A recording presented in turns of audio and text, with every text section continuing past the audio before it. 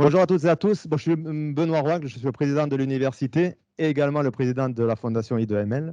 Je suis ravi de vous accueillir à l'université pour votre tour de France stratégie d'accélération santé numérique. Mais ça, je vous laisserai le soin de le présenter.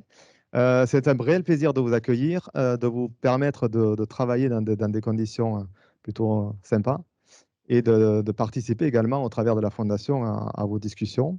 C'est important pour nous, universitaires. Alors, c'est un peu compliqué parce que j'ai les deux casquettes. Alors, je vais parler de la même voix puisque à la fois président de l'université et de la fondation, il y a des liens très, très forts, mis à part le même président qui lie l'université et la fondation.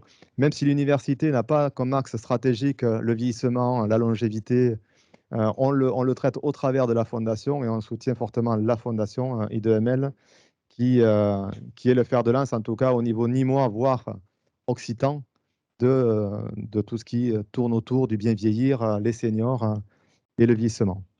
Voilà, je ne vais pas vous embêter plus. Je vous souhaite une bonne après-midi de discussion, de débat. Et puis je vous laisse la parole. Et encore une fois, un grand merci d'être venu parce que moi, j'aime bien aussi remercier les personnes qui nous font confiance et qui viennent aussi travailler dans nos locaux. Donc merci, bon après-midi et puis à tout à l'heure, je reviendrai vers 16h. Merci beaucoup. Merci, Monsieur le Président. Bonjour à tous. Donc, David Senati, je suis le coordinateur de la stratégie d'accélération santé numérique, qui est une stratégie interministérielle qui vise à accélérer le développement de la filière du numérique en santé en France. C'est une démarche totalement inédite, la stratégie d'accélération, que je vais vous présenter en quelques mots. Je ne vais pas vous assommer avec une présentation trop longue, ce n'est pas l'objet non plus.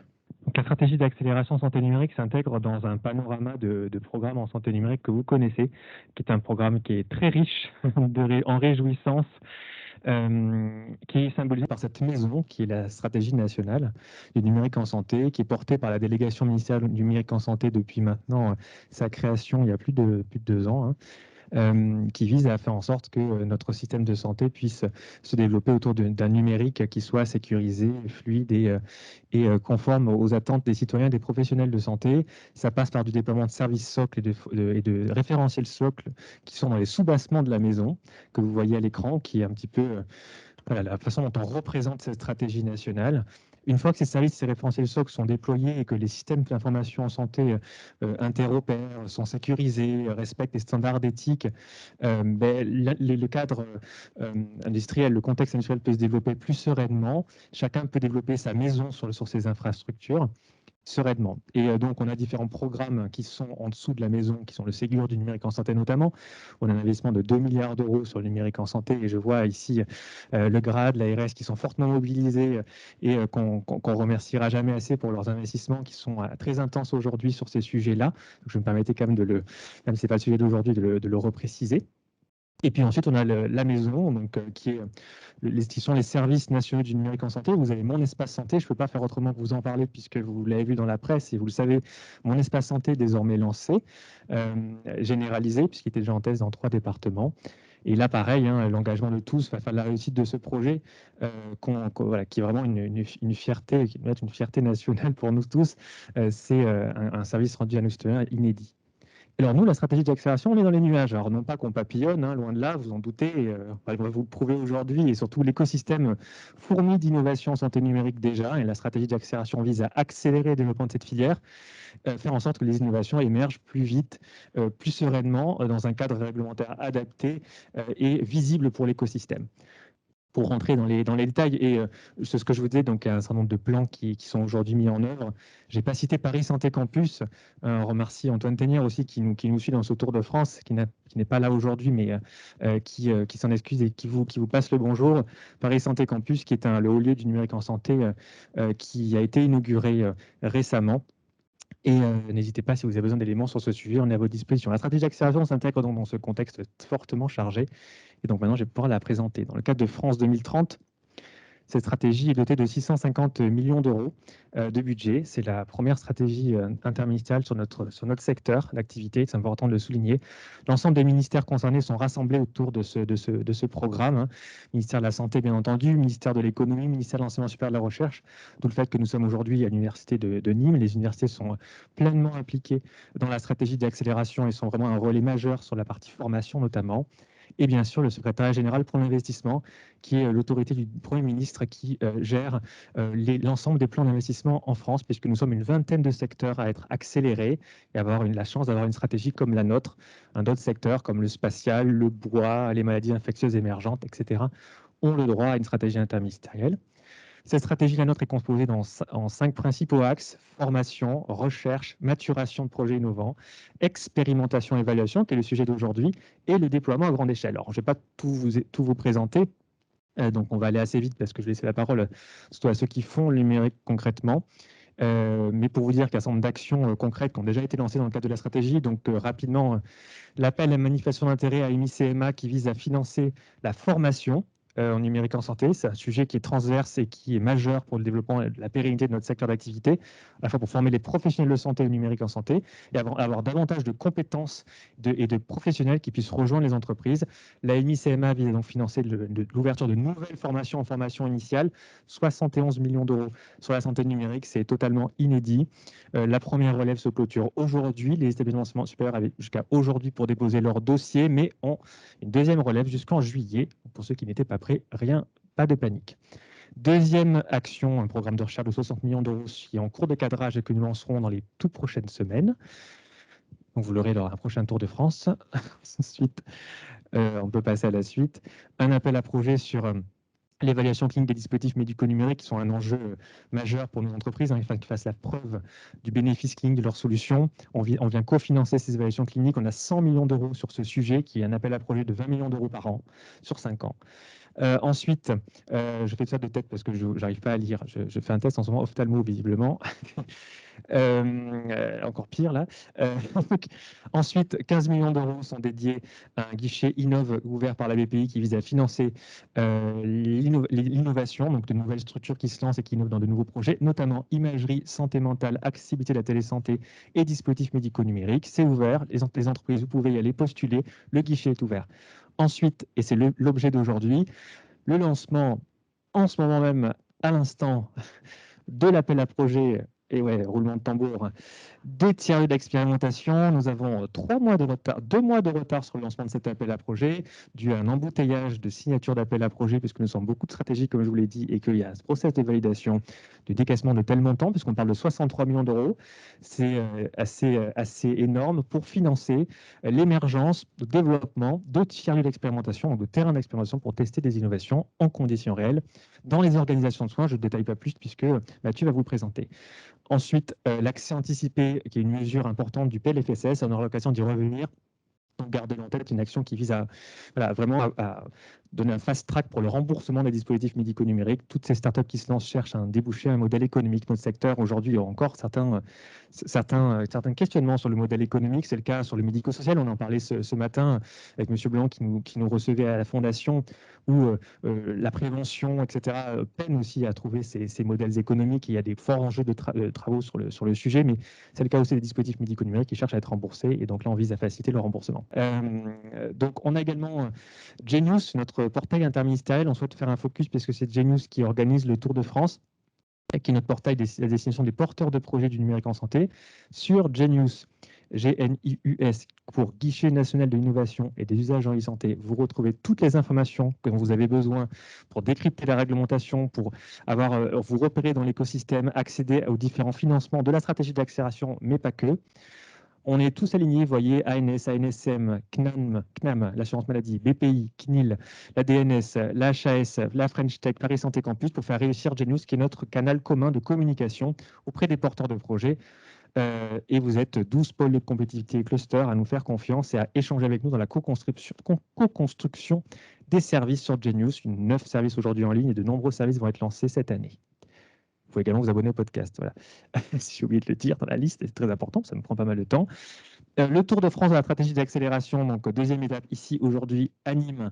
Nous sommes demain à Montpellier avec le soutien de tous les acteurs de l'écosystème qui, franchement, là, bravo, merci à vous de nous accueillir. En fait, c'était formidable, un super élan d'accueil. On va avoir 2 jours formidables. Petit disclaimer, je suis montpelliérain, donc je me réjouissais de venir vous voir. Et nous avons d'autres, la prochaine fois, nous nous voyons à Grenoble, puis à Bordeaux, et les autres suivront. Voilà ce que je pouvais dire. Donc, c'est un tour de France avec l'ensemble des ministères concernés. On remercie bien sûr l'ARS, l'adresse, la DRARI, le rectorat et l'ensemble des acteurs de l'accompagnement en région qui nous font le plaisir de nous accueillir aujourd'hui, ainsi que les CHU. Et je laisse la parole peut-être à la suite. Merci Monsieur Senati. Bonjour à toutes et à tous. Donc, je suis Paul Durand, je suis chargé de mission du Cluster Lab Silver Occitanie. Je serai votre gentil animateur pour les 2 heures qui vont suivre et je tiens à remercier chaleureusement la DNS pour leur invitation d'animation de ces 2 tables rondes qui ont énormément de sens pour nous puisque le Cluster Lab Silver Occitanie a notamment vocation sur la région à animer et structurer la filière Silver Economy, donc notamment le médico-social, ce qui prend donc tout son sens pour ce qui nous occupe aujourd'hui, à travers cette thématique de tiers-lieux que je me permets juste de reposer ici en guise de contexte, puisque ça va être le fil rouge des 2 tables rondes qui vont suivre. Donc, quand on parle de tiers-lieux, d'expérimentation et d'innovation, notamment dédiée aux solutions numériques dans le médico-social, on parle d'un espace tangible ou pas, qui va regrouper des usagers à la fois bénéficiaires, aidants et des professionnels, ainsi qu'un certain nombre d'industriels. Le but étant de recueillir des besoins en vue d'analyser l'acceptabilité de solutions relativement à ces besoins, donc acceptabilité dit usage, et assurer, on va dire, un modèle économique viable et l'existence d'un marché sur les solutions donc envisagées. Et l'appel à projet que Mathieu nous présentera tout à l'heure aura vocation notamment à financer l'animation et ses expérimentations dans ces tiers-lieux. Alors, la première table ronde, c'est un focus sur toutes les expérimentations occitanes. Et donc, on l'a vu, la DNS cherche à identifier et accompagner des structures médico-sociales qui vont être innovatrices, notamment dans ce champ du numérique dans le médico-social. Donc, au hasard, nous avons 6 acteurs occitans, notamment parmi nous aujourd'hui. Et je vais commencer avec un trio avec Sophie Raymond et Anne Garrix de la Fondation Optéo, ainsi que Nadine Vigourou de l'IRIT pour la plateforme WebSoketo. Je vais commencer avec vous, Sophie Raymond. Vous êtes directrice générale de la Fondation Optéo, notamment lauréate de l'appel à projet Structure 3.0. Est-ce que vous pouvez nous expliquer en quelques mots ce qu'est la Fondation Optéo et ce qui l'a amené à s'inscrire dans une démarche d'innovation avec ce projet de plateforme? La Fondation Optéo est un acteur occitan qui accompagne 2500 personnes sur les territoires de l'Aveyron et de Tarn-et-Garonne. Alors, un des objectifs statutaires de la Fondation concerne la production de savoir au bénéfice de la qualité de vie des personnes en situation de handicap. C'est ainsi qu'un partenariat s'est construit avec les universités et notamment avec Toulouse 3, avec l'IRIT, au travers de mise en place d'un périmètre d'expérimentation pour l'université afin de produire des savoirs et d'améliorer la qualité de vie des personnes. Plus particulièrement sur Structure 3.0, le projet WebSoketo s'inscrit dans le cadre de notre stratégie numérique, qui est la déclinaison en fait de Ma Santé 2022 au niveau de la Fondation. Et ce projet WebSoketo permet de prendre en compte les capacités des personnes en situation de polyhandicap et d'aller le plus loin possible dans l'adaptation de l'environnement. Voilà au niveau de la présentation qu'on peut faire. Ok, merci beaucoup. Donc, cette plateforme WebSoketo met à disposition un environnement de conception, d'adaptation des aides techniques de type CAA, communication alternative et améliorée, en ligne, facilement utilisable et sans compétences techniques spécifiques. L'ambition de cet outil, quelle est-elle, pardon?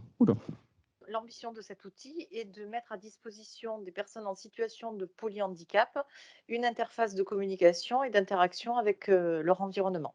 Merci. Donc, on comprend que cette plateforme elle repose sur l'expertise d'ergothérapeutes et de psychologues, compétences donc issues de la Fondation Optéo, mais qui repose aussi sur des compétences techniques. Et ces compétences, c'est vous, Nadine Vigourou, qui les avez apportées avec l'IRIT, dont vous êtes chargée de recherche. En 2 mots, l'IRIT, vous pouvez nous dire ce que... L'Institut de recherche en informatique de Toulouse est un laboratoire dont la compétence est essentiellement centrée sur l'informatique. Ces expertises concernent notamment le data mining, l'intelligence artificielle, l'Internet des objets, l'interaction machine qu'on a appliquée essentiellement dans la conception d'aides de suppléance. L'IRIT développe un axe stratégique, une politique scientifique sur un axe stratégique qui s'appelle santé-autonomie, et qui est donc au cœur de cette problématique de l'enjeu numérique. Et dans ce cadre-là, effectivement, l'IRIT a initié il y a 3 ans une plateforme qu'on appelle Sokeito, qui est une plateforme, c'est un outil numérique pour, comme l'a dit Anne Garex, pour concevoir donc des aides à la communication. Parce que sur le marché, effectivement, ce qui ressortait en travaillant avec les médico-sociaux, c'est que ces aides techniques du commerce n'étaient pas totalement adaptées. Et donc, il y avait un réel besoin de pouvoir personnaliser et adapter, et demain adapter avec l'intelligence artificielle, donc ces aides techniques. Donc, ce projet a été initié dans le cadre d'un projet soutenu par la région Occitanie. Et puis, au cours de son déroulement, est né le besoin que, effectivement, l'IRIT transfère cet outil-là donc à des professionnels du médico-social pour qu'eux-mêmes adaptent interactivement et au plus près pour concevoir des aides techniques des besoins pour ces personnes en situation de handicap. Et on peut le dire, cette interaction homme-machine réduit le handicap, puisqu'en fait, cette innovation permet de réduire l'écart entre la situation de handicap et l'environnement. Donc, en termes de qualité de vie, nous, on voit une amélioration très forte de la qualité de vie de ces personnes. Merci. Donc, Anne Garex, vous êtes la directrice de projet au sein de la Fondation Optéo. Donc, si on comprend bien, là, le premier, ce qui a amené la création de cette plateforme, c'était que les premiers outils n'étaient pas, on va dire, en adéquation avec les usages qu'on allait en faire. Comment vous avez pris en compte ces écueils dans la construction de cette nouvelle plateforme? Donc l'idée, je reviens sur ce que Nadine Bigbourou disait, c'est que nous avions des outils sur le marché qui n'étaient pas du tout adaptés aux besoins de personnes. Donc c'était comment réfléchir avec l'équipe de recherche sur un programme qui permettrait d'intégrer à la fois des professionnels de santé et des chercheurs sur un sujet d'innovation en faveur de l'amélioration de la qualité de vie des personnes. On comprend donc que cette plateforme a été bâtie sur vos ressources et compétences distinctives, en prenant en compte, bien entendu, les usages, étant centré usage. C Ça a l'air pas évident au départ de faire rapprocher 2 univers si, distincts.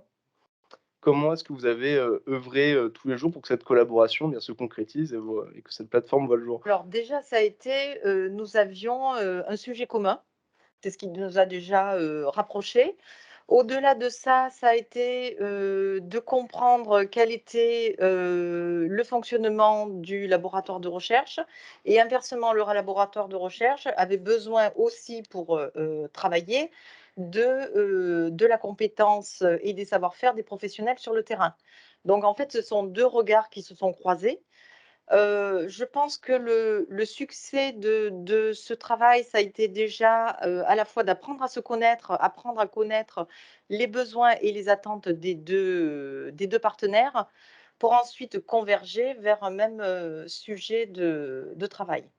Et en parallèle, au niveau institutionnel, il y a eu un accord de consortium entre la fondation et Toulouse 3, IRIT CNRS, ce qui a permis d'avoir une approche et métier, chercheurs professionnels de terrain, une cohorte qui constitue tous nos résidents, et également une approche institutionnelle entre l'université et l'organisme gestionnaire. Et si je peux compléter, moi je dirais que le succès d'une telle démarche de conception centrée utilisateur de cette plateforme métier pour les médico-sociales, c'est effectivement le double accès aux professionnels médico-sociaux et aussi aux usagers que nous a pu nous apporter la Fondation Optéo.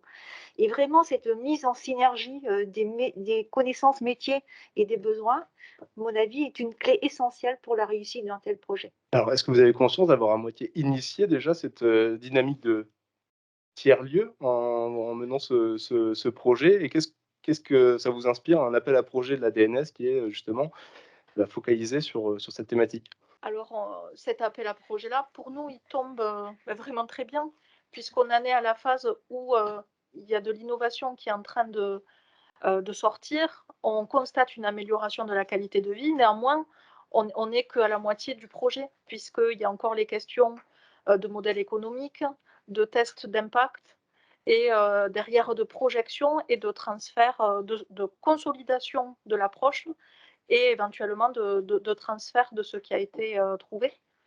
Donc pour nous, c'est une suite naturelle et qui a été, je trouve, vraiment bien pensée, puisqu'elle est, il y a une approche très large, au-delà d'un an, parce que sur un an, en fait, on commence à travailler, on met en place des choses, et là, sur un temps relativement long, on peut aller jusqu'au bout de la démarche, c'est une excellente chose. Et je voudrais compléter ce que je trouve très intéressant dans ce projet, c'est qu'en fait, il est monté en puissance de façon crescendo. C'est-à-dire qu'on a commencé par un appel à projet région, sur lequel on a travaillé avec l'outil spécifique informaticien, le transfert de compétences après le transfert d'outils vers la pratique des thérapeutes. Et donc, du coup, avec, grâce à Structure 3.0 quand même, qui a porté le développement de la plateforme WebSokeito, pour éventuellement, après, continuer vers un autre appel à projet qui va nous permettre d'aller au-delà qui va nous permettre de consolider finalement notre outil et notre pratique en matière d'innovation et de recherche. Parfait, merci beaucoup. On va passer maintenant à un autre secteur, une thématique sur le champ du handicap avec vous, Julia Sadger. Vous êtes responsable recherche, innovation et promotion numérique de l'ASEI et votre poste a spécialement été créé dans le cadre d'une structuration organisationnelle pour favoriser l'innovation. Alors, est-ce que pour replacer le contexte, vous pouvez déjà nous rappeler ce qu'est l'ASEI? Alors bonjour à tous et à toutes. L'ASEI, en quelques mots, peut-être je vais commencer par ça. ASEI, c'est ASEI. En fait, ça veut dire agir, soigner, éduquer, inclure. Donc ça donne voilà, les grands champs d'activité de notre association. Donc on est une association gestionnaire d'établissements de santé. Donc on a 2 établissements sanitaires et une centaine d'établissements médico-sociaux qui sont pour la plupart répartis en Occitanie.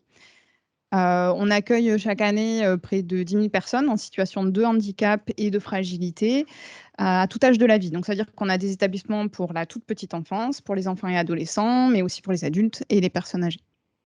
En termes de modalités d'accompagnement, ça c'est important, ces modalités, elles diffèrent et elles peuvent évoluer en fonction des besoins des personnes qu'on accompagne, mais aussi en fonction des contraintes de l'environnement et des caractéristiques de notre écosystème. C'est un point important parce que c'est là un des grands enjeux, des grandes ambitions de notre projet associatif, qui est d'adapter finalement nos pratiques professionnelles et de transformer nos organisations quand c'est nécessaire pour répondre au mieux aux besoins des populations qu'on accueille. Donc, le projet dont je vais vous parler aujourd'hui, il s'inscrit dans cette dynamique. Donc, c'est un projet, effectivement, comme vous l'avez dit tout à l'heure, de structuration d'un pôle dédié à la recherche et à l'innovation au sein de l'association, qui a pour mission principale, justement, d'accompagner les porteurs de projets dans la mise en œuvre et la pérennisation de leurs projets d'innovation. Qu'est-ce qui a amené donc l'ASEI à se structurer de cette manière? C'est parti de quel constat? Alors, donc ce pôle recherche, je ne l'ai pas dit tout à l'heure, mais donc il est assez récent, ça fait un peu plus d'1 an qu'on travaille à cette structuration. Bien évidemment, avant, il y avait déjà, donc nos professionnels, ils n'ont pas attendu la structuration du pôle recherche innovation pour avoir des idées, pour avoir des pratiques pertinentes. Donc il y avait de part et d'autre, dans nos établissements, des pratiques, des idées, des projets avec des degrés d'avancement, voilà, assez hétérogènes. Pour autant, ce qu'on pouvait constater, c'était donc il y a 3 choses essentielles, qui ont motivé cette création de pôle. La première, c'était que, donc je vous l'ai dit tout à l'heure, on a un peu plus d'une centaine d'établissements, donc on pouvait observer parmi la multitude d'idées, certains projets, qui avaient fait leurs preuves, qui avaient montré des bénéfices et pour autant, on peut avoir sur un département voisin, un établissement avec un public cible, proche, avec des enjeux, des thématiques, similaires et qui pour autant ne bénéficiaient pas de l'expérience, de leurs collaborateurs qui étaient à quelques kilomètres de là. Donc le premier constat, c'était celui-là et donc ça a vraiment posé les bases de notre pôle recherche innovation. C'était de se dire, bon, la première chose, c'est qu'il faut qu'on puisse nous, déjà en interne, mieux nous connaître, savoir ce que font les autres pour, éviter de réinventer la roue à chaque fois. Deuxième constat, c'était que, parmi cette multitude d'idées, en fait, qu'il pouvait y avoir et ces projets émergents, finalement, rares étaient les idées qui passaient le cap du projet et de l'expérimentation et que parmi ceux qui passaient le cap de l'expérimentation, très peu, enfin assez peu en tout cas, arrivaient ensuite à s'intégrer dans les pratiques professionnelles.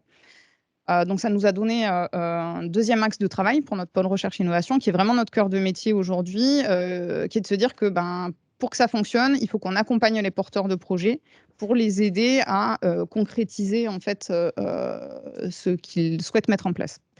Dernier constat à l'origine de cette création de pôle, c'est que quand on regardait ce qui se passait en dehors de nos murs, on voyait qu'il y avait d'autres organisations qui faisaient des choses très intéressantes. On voyait aussi que dans l'écosystème se développait une multitude de dispositifs, d'applications, de nouvelles technologies qui semblaient hyper attractifs et qui nous semblaient pouvoir répondre en fait aux besoins des personnes qu'on accompagnait, de nos professionnels.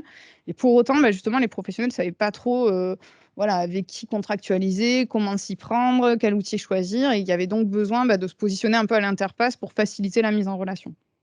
Voilà, donc en fait, on avait un terreau assez riche en interne, un écosystème assez riche aussi. Et donc, la création de ce pôle, il a vraiment cette vocation de mettre en relation et de favoriser la mise en œuvre des projets.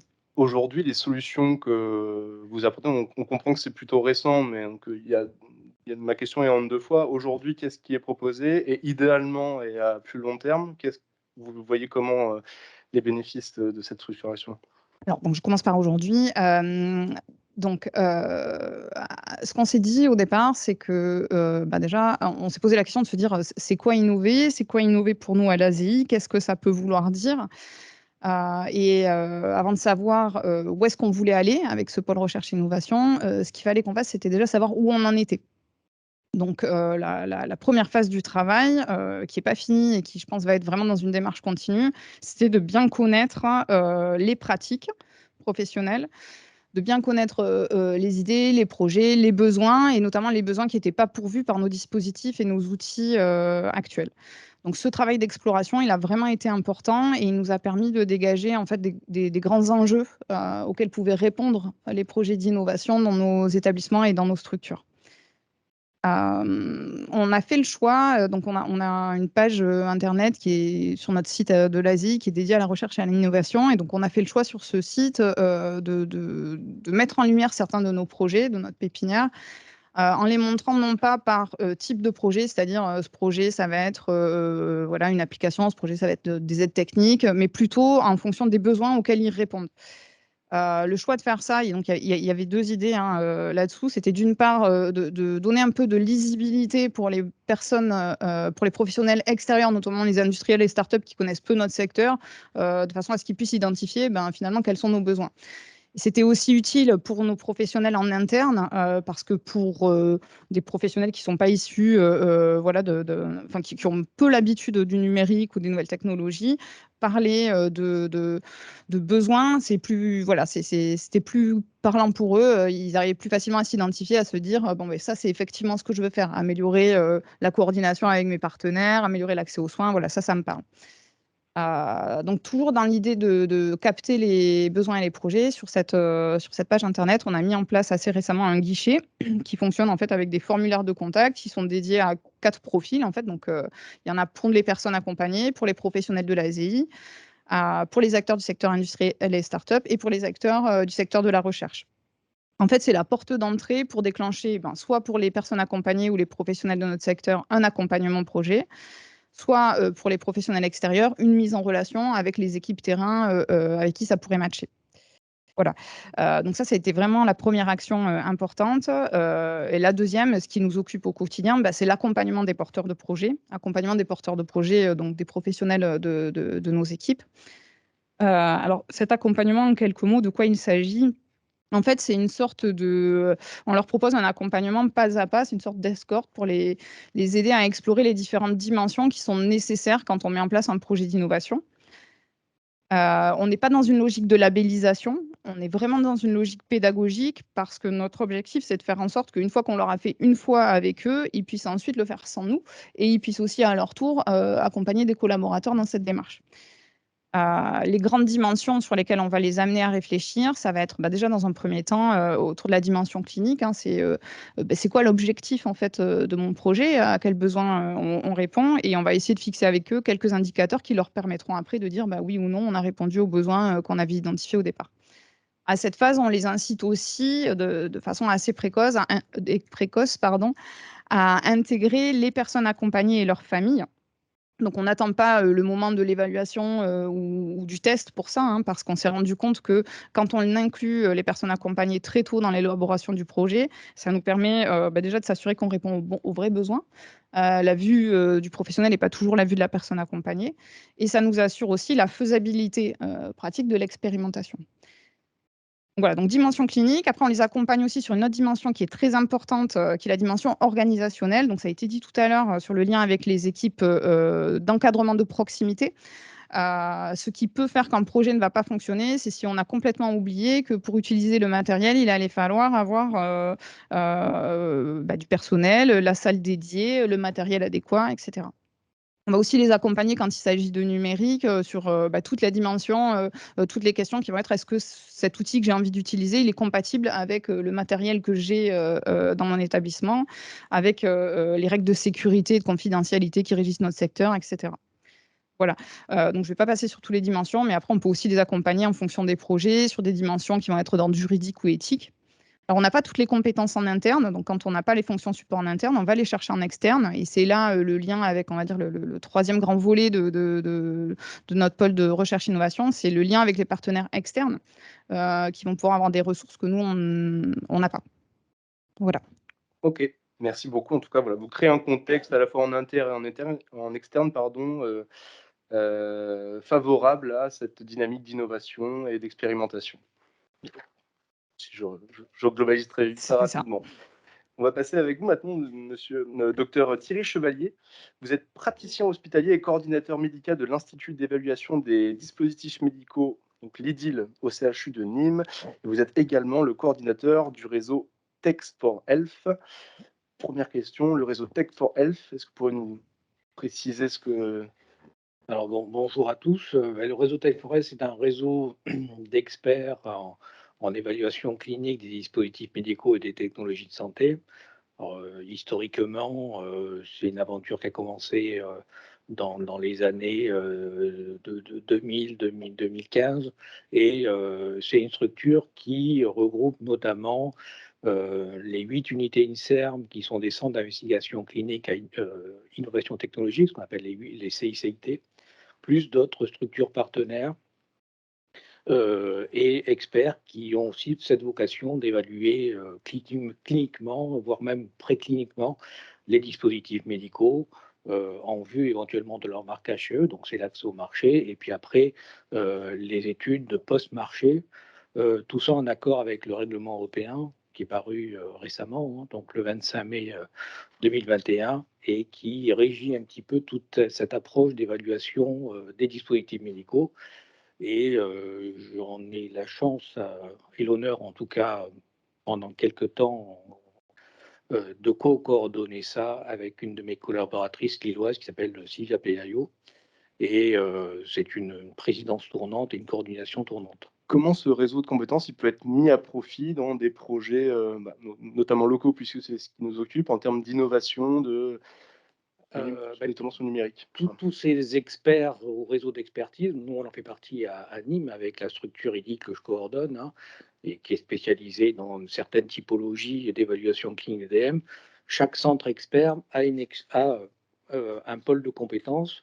Alors ça va être soit plutôt l'IRM, soit plutôt l'échographie, soit plutôt la neurocognition, etc.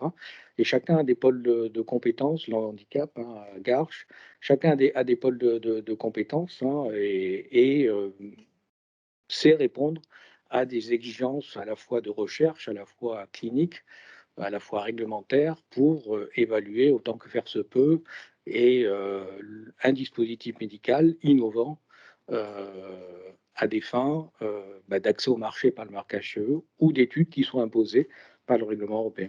Alors, je crois savoir que, est-ce qu'on peut en parler, que vous avez un projet concret, ni moi, qui est notamment fruit d'une collaboration de la sorte? Est-ce qu'on peut en parler? Nous, dans notre structure, oui, on peut en parler.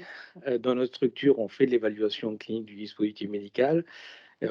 Alors, avec des axes de spécialisation, mais je vous en citer un. Donc, c'est surtout les dispositifs dits de e-santé et plus spécifiquement, alors on est en oncologie dans ces dispositifs de e-santé mais je n'aurai pas le temps éventuellement de vous en parler, mais un qui est assez probant, parce que c'est actif aujourd'hui et qui met en relation à la fois un financeur, hein, qui est la BPI, à la fois un industriel, pour le nommer, qui est Evolucare, et à la fois des compétences, des compétences locales, en l'occurrence l'équipe du professeur Couvillon, qui est le chef de service d'ANSI Réanimation.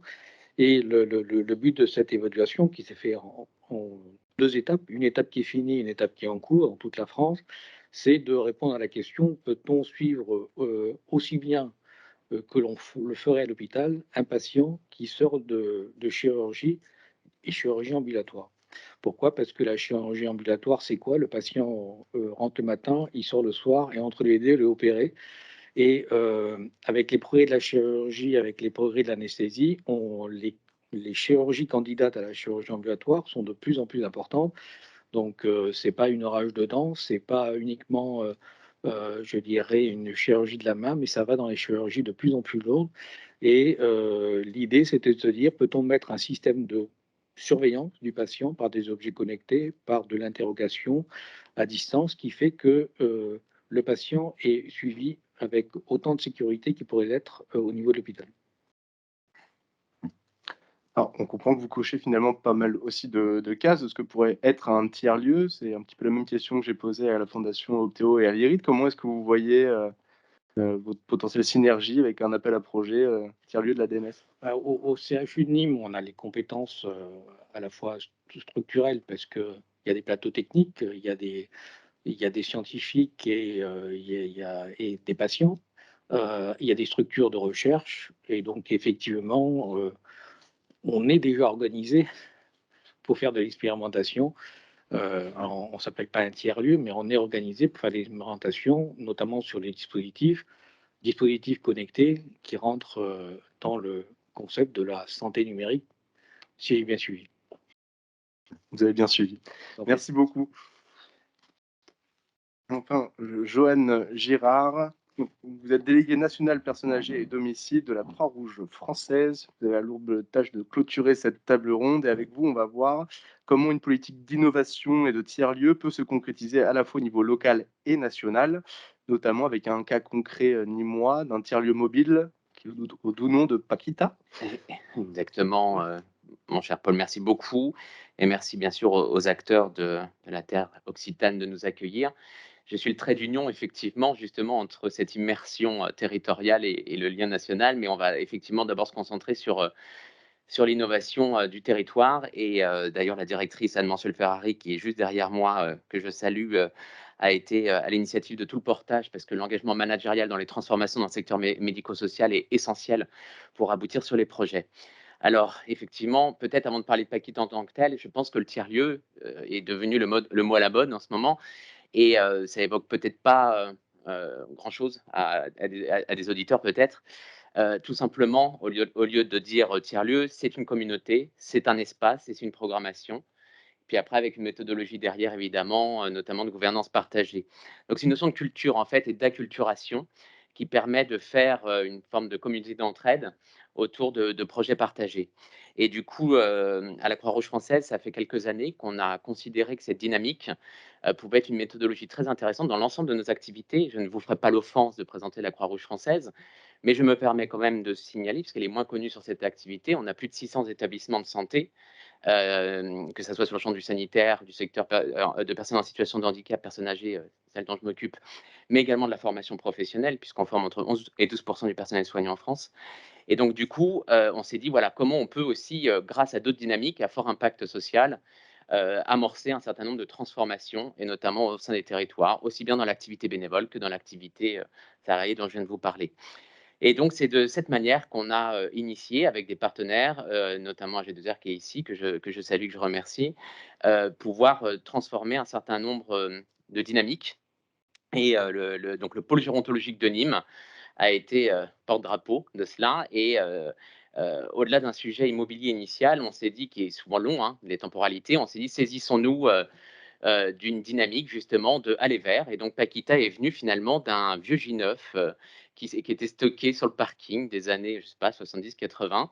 Et on s'est dit, bah, à travers une réflexion, bien évidemment, à plusieurs et en incluant les résidents qui vivent dans cette communauté, ainsi que l'ensemble des professionnels, les partenaires bénévoles, etc.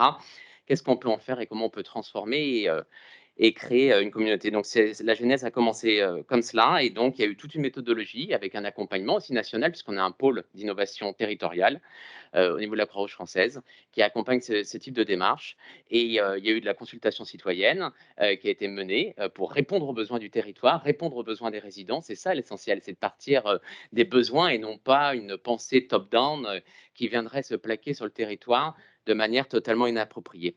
Et Paquita, donc c'est un camion complètement aménagé qui peut circuler sur le territoire nîmois pour animer différentes programmations sur du numérique, sur un atelier en sérigraphie sur le marché de Nîmes lors du lancement en partageant un café de manière intergénérationnelle et avec toute une démarche de co-construction avec le collectif ETC, l'artiste Bonne Frite et l'Université de Nîmes, puisque tout ça a été fait avec des étudiants en design qui sont venus pendant 15 jours fabriquer l'ensemble du dispositif autour du camion. Ils peuvent déployer très rapidement, du coup, tout un stand finalement mobile et faire de l'animation au cœur des territoires ou même entre les deux EHPAD, puisque le pôle gérontologique de Nîmes se situe entre deux EHPAD historiques en centre-ville. Merci beaucoup. Et alors, tu l'as expliqué tout à l'heure, en quoi ce projet fait écho aussi à une politique d'innovation nationale portée par la Croix-Rouge française au niveau national, donc cette fois.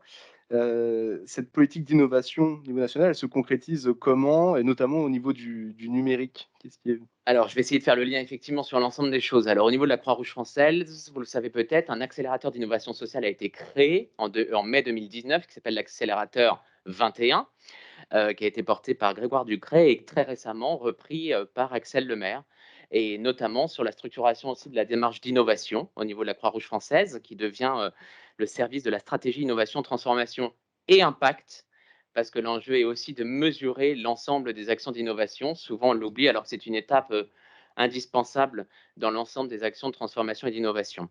Alors, il y a une volonté très forte dans la stratégie 2030 aussi, notamment qu'on vient de voter à la Croix-Rouge française, de pouvoir s'appuyer sur l'innovation comme vecteur effectivement de transformation de notre modèle, de notre association, toujours au bénéfice des personnes qu'on accompagne, les personnes vulnérables, dans l'ensemble de notre offre de services.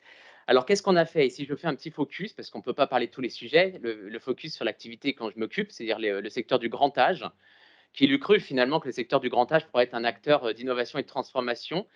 Eh ben, c'est le choix qu'on a opéré. Et pour cela, nous avons eu différentes démarches de transformation. Une première brique sur le pacte numérique. C'est durant la crise sanitaire qu'on a pu accélérer cette transformation à travers le déploiement de réalité virtuelle, de musicothérapie par applicatif, de jeux ou d'interfaces, d'applications qu'on pose sur tablette pour favoriser l'interaction, la stimulation cognitive, l'évaluation également. Et enfin, bien sûr, les systèmes de visioconférence très utiles pour le lien, et vous l'imaginez pendant la crise qui a été accrue avec l'extérieur. Cela a été déployé de manière harmonisée et modélisée sur l'ensemble des EHPAD du territoire national, avec un pilotage coordonné. Bien évidemment, on ne peut pas plaquer ce type d'outils comme ça du jour au lendemain dans des pratiques professionnelles qui ne sont pas forcément du quotidien. Il a fallu s'étayer de tout un socle de formation et d'accompagnement par séquence, et avec des référents numériques qui ont été formés de manière plus précise dans chaque structure. Après, on a de l'innovation évidemment managériale et organisationnelle, et d'ailleurs le pôle de Nîmes le fait, parce que l'innovation n'est pas que numérique. Tout ça, ça s'accompagne de synergies parallèles. Si on veut implémenter le numérique, il faut aussi questionner la façon dont on s'organise et dont on manage les personnes pour renforcer l'autonomie. C'est le cas notamment à Nîmes, avec un accompagnement à la formation justement autonomisant, c'est-à-dire le secteur médico-social est atomisé souvent par un fonctionnement très taylorisant, et désormais on souhaite libérer les énergies, la créativité et la responsabilité de nos collaborateurs. Et c'est ce qui est en train d'être initié sur le pôle gérontologique de Nîmes, mais aussi à Fournon-Webb, à l'extrême de la France, c'est-à-dire à côté de Lille. Et pour finir, et je m'arrêterai là-dessus, pardonnez-moi, cher Paul, un point important, puisqu'en plus il avait été lauréat de Structure 3.0 de l'ANS, le projet Okapi, qui est aussi autour de l'organisation, qui est un projet effectivement porté aussi initialement par l'Impact Data avec l'accélérateur, qui permet, grâce à l'intelligence artificielle, de planifier l'organisation des tâches individuelles centrées sur les enjeux de personnalisation de l'accompagnement des personnes accompagnées en EHPAD, et de centrer en miroir les enjeux de la qualité de vie au travail au regard des taux de sinistralité qu'on peut avoir dans notre secteur d'activité. On ne peut pas accompagner la vulnérabilité en créant des nouvelles vulnérabilités, et le numérique vient à notre secours sur ce sujet. J'aurais une dernière question pour toi. Pareil, comment tu vois les interactions que pourrait avoir la Croix-Rouge française avec l'appel à projet tiers-lieu de l'ADNS? Mais en fait, je les vois de manière immédiate à plusieurs titres. En fait, la première, c'est que j'ai la chance d'être membre permanent du laboratoire des solutions de demain, la CNSA. Je salue Marie Autonne qui est parmi nous d'ailleurs, la responsable, qui est justement qui accompagne le premier appel à projet qui est sorti cette année sur les tiers-lieux en EHPAD. Et tout de suite, il m'a paru évident qu'il fallait qu'on puisse rapprocher les écosystèmes, les dynamiques de transformation qui s'opéraient. Et donc, lorsque j'ai commencé à comprendre dans les annonces de cette d'accélération de la stratégie du numérique en santé que le tiers-lieu numérique pourrait trouver sa place, bah, c'est de s'appuyer sur ces méthodologies, de ces approches, de ces transformations qui s'opèrent sur le secteur médico-social pour implémenter finalement et potentialiser les forces, les financements au bénéfice justement de ces démarches qui sont en train de s'initier, qui sont des virages très importants de surcroît dans le médico-social, qui malheureusement parfois a été le parent pauvre des investissements en santé. Donc en fait, on a peut-être l'ambition, et peut-être aussi d'ailleurs sur le secteur du grand âge, peut-être un jour de dépasser le sanitaire sur nos actions d'innovation, et en tout cas, nous serons les fers de lance en ce sens. Et donc, avec la Croix-Rouge française et la dynamique d'innovation, nous serons actifs, attentifs et partenaires pour porter les synergies de ces transformations. Merci beaucoup, Johan. Merci à toutes et à tous. Et je vais maintenant appeler à ma place donc, nos prochains intervenants qui ont la chance de venir sur l'estrade parce qu'ils ne sont que 4. Je suis désolé. Donc, je vais appeler sur scène Benjamin Leroux, Romain Gano, Margot de Battista et Marie-Autonne Thépeau. Merci à toutes et à tous. Donc, on vient de mettre en exergue le dynamisme des acteurs locaux en matière d'innovation. On va maintenant passer en revue un certain nombre de dispositifs nationaux cette fois. Et bon, on va s'intéresser à ces dispositifs. On va aussi essayer de voir dans quelle mesure ils peuvent être complémentaires avec des initiatives locales, nationales et notamment gouvernementales. Donc, je vais commencer avec Benjamin Leroux. Benjamin Leroux, vous êtes responsable d'animation et développement du territoire de la CNAV et vous venez notamment nous parler du dispositif VivaLab, qui est un dispositif dédié à valoriser l'innovation pour vivre l'autonomie. Donc, moi, je travaille au sein de la Direction nationale de l'action sociale de la CNAV, qui porte depuis février 2019, mais un dispositif, en tout cas une coopération de membres fondateurs, donc la CNAV avec le réseau des CARSAT, des collègues de l'Agir Carco, la Caisse des dépôts et France Active, qui ont donc fait le constat que pour finalement accompagner l'innovation, les financements ne suffisaient pas, en tout cas, ce n'était pas forcément la bonne méthode. Et donc, toujours sur le périmètre d'activité de l'assurance retraite et des caisses de retraite complémentaires, donc centré autour des retraités autonomes, des GIR 5-6, l'idée, ça a été de construire un accélérateur qui vient accompagner à travers des financements d'expertise les projets d'innovation sous certaines conditions. On n'accompagne pas, par exemple, les idées, mais on accompagne les projets qui ont une véritable preuve de concept, qui ont un modèle économique. Et donc, ce dispositif a été rendu opérationnel début d'année 2020, et on en est là à la deuxième année de fonctionnement en année pleine. Est-ce que vous pouvez nous rappeler rapidement le nombre d'entités et d'acteurs qui participent notamment à ce dispositif et qui vont accompagner l'ensemble des lauréats? Alors, les acteurs, ils sont nombreux, et c'est vraiment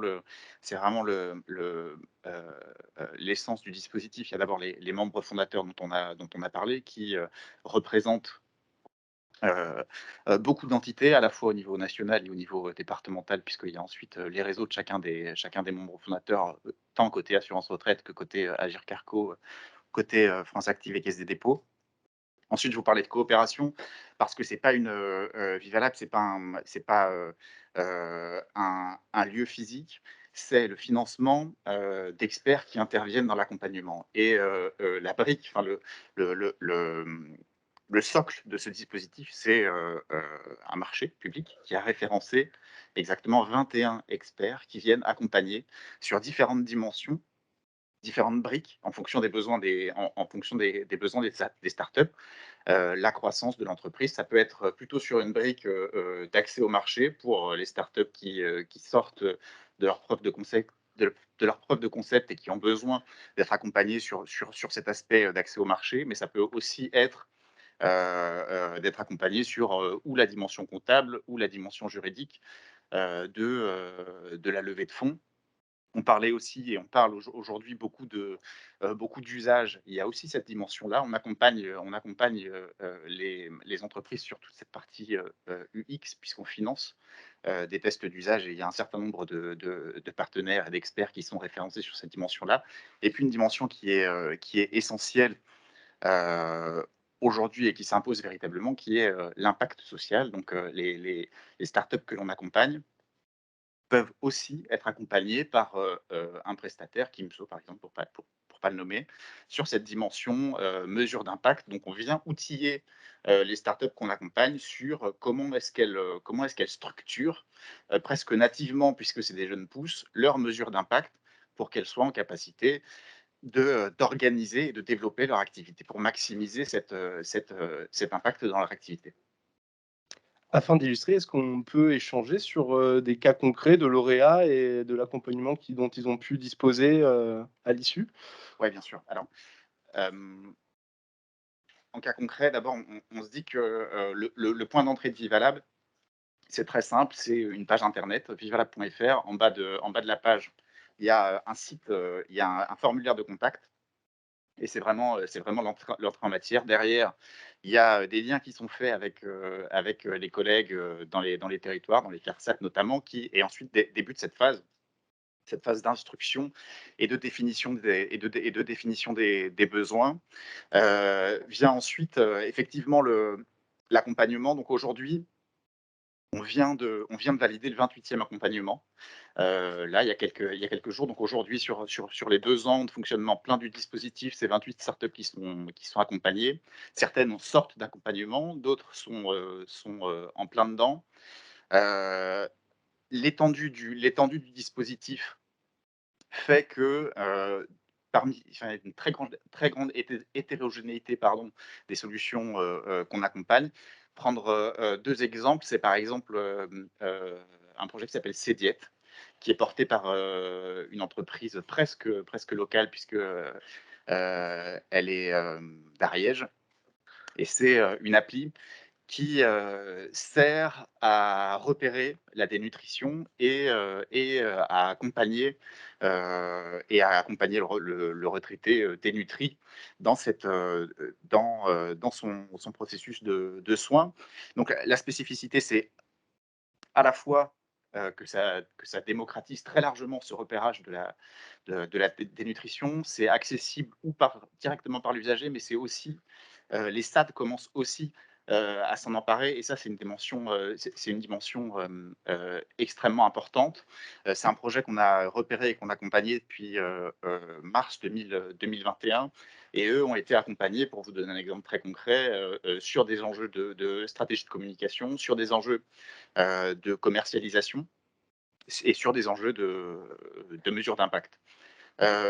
Pour pas rester centré sur le numérique, on a accompagné aussi un projet une solution là, qui s'appelle Manea, et qui est plutôt versant aide technique, puisque c'est un support de douche qui a la spécificité d'être flexible et d'être fixé par ventouse. L'idée, c'est de pouvoir libérer les mains des personnes qui sont dans leur bain ou dans leur douche, et de le positionner exactement à l'endroit qui va bien pour pouvoir se libérer les mains. Donc lui a été accompagné sur des aspects UX d'ailleurs, sur des aspects d'usage et sur les aspects aussi commercialisation. Et c'est des entreprises là qui sont en train d'accélérer. Je pense notamment au projet Cdiet, pour reboucler avec le réseau des CARSAT. Certaines CARSAT, par exemple, sont en train d'intégrer cette solution pour que tous les bénéficiaires d'action sociale, enfin d'aide individuelle dans les CARSAT, donc c'est à peu près 250 000 personnes par an, puissent bénéficier de cette solution de dépistage du risque de dénutrition. Est-ce que vous percevez des synergies entre l'appel à projet tiers-lieux de la DNS et le dispositif, notamment Vivalab, qui est le dispositif national, et d'autres? Ouais. Deux sortes, deux types de synergies. Pour rester toujours dans cette logique de réseau et de territoire, les CARSAT sont très actifs sur les sujets d'expérimentation. Il y a de nombreux projets qu'on reprend au niveau national qui ont émergé des CARSAT, et certaines CARSAT travaillent déjà avec ce qu'on appelle tiers-lieux, en leur confiant par exemple des projets ou en évaluation ou en développement. Donc ça pourrait être un premier type de coopération. Deuxième type de coopération, si on se dit par exemple que Vivalab est positionné sur des solutions qui sortent d'expérimentation parce qu'on demande une preuve de concept et qu'on les accompagne, les accompagne sur l'accès au marché, on peut tout à fait imaginer que des solutions, des projets, des produits qui ont été testés et accompagnés dans des tiers-lieux puissent ensuite être accélérés par le dispositif Vivalab. Ça me semblerait être des relais assez naturels. Merci beaucoup. Je vais passer avec vous maintenant, Romain Gano. Vous êtes responsable autonomie et services de AG2R La Mondiale, où dans le cadre de votre action sociale, vous avez mis en place une dynamique de lab autour des usages et de l'autonomie. Pour replacer le contexte, la vocation de l'action sociale de AG2R La Mondiale, quelle est-elle et pourquoi cette dynamique de lab? Alors, merci Paul, merci à tous pour l'invitation. L'action sociale de la G2R La Mondiale, c'est l'action sociale d'une caisse de retraite complémentaire et donc qui agit autour de 4 orientations prioritaires: l'aide aux aidants, l'accompagnement de la perte d'autonomie, la prévention santé et l'aide à l'emploi pour les publics les plus fragiles. On intervient de 3 façons aujourd'hui: de l'aide financière individuelle pour les personnes les plus en difficulté, la subvention de projets d'intérêt collectif en lien avec les 4 orientations prioritaires dont j'ai parlé, et du financement de la solvabilisation de prestations de services pour les retraités, c'est-à-dire on prend en charge une prestation détectée dans un écosystème et qualifiée par nos soins, répondant à un besoin, et on la prend en charge à la place du retraité ou de la personne en difficulté. Depuis une quinzaine d'années, moi j'anime ce qu'on appelle l'écosystème d'innovation du bien vieillir pour le compte de notre action sociale, et on a rencontré à peu près 1000 startups sur lesquelles on a fait 3 constats. Premier constat, 95% des startups qui sont vouées à l'autonomie ne trouvent pas leur marché. Et pourquoi? C'est les 2 autres constats, et c'est factuel. Le premier, c'est parce qu'elles n'ont travaillé que ce que je vais appeler que sur un des champs de la preuve dans les politiques d'autonomie. Pour moi, il y a 3 champs de la preuve, c'est une définition qui est très personnelle: la preuve scientifique, qui peut être technologique ou médicale, la preuve d'usage et la preuve d'économie, la preuve économique ou la preuve de marché. Et la plupart des startups qui venaient nous voir avec une solution n'avaient pas qualifié leur niveau de preuve sur ces 3 volets. Le troisième constat, qui est encore plus déroutant, était de dire la plupart des solutions qui n'ont pas trouvé leur marché s'étaient basées sur un besoin exprimé par un tiers sachant à la place des personnes, et n'étaient pas allées rencontrer les personnes âgées pour savoir pas ce dont elles avaient besoin, mais pour savoir ce dont elles avaient envie. Et c'est bien la différence entre l'envie et le besoin qui permet des fois de trouver son marché ou de trouver une application à sa solution.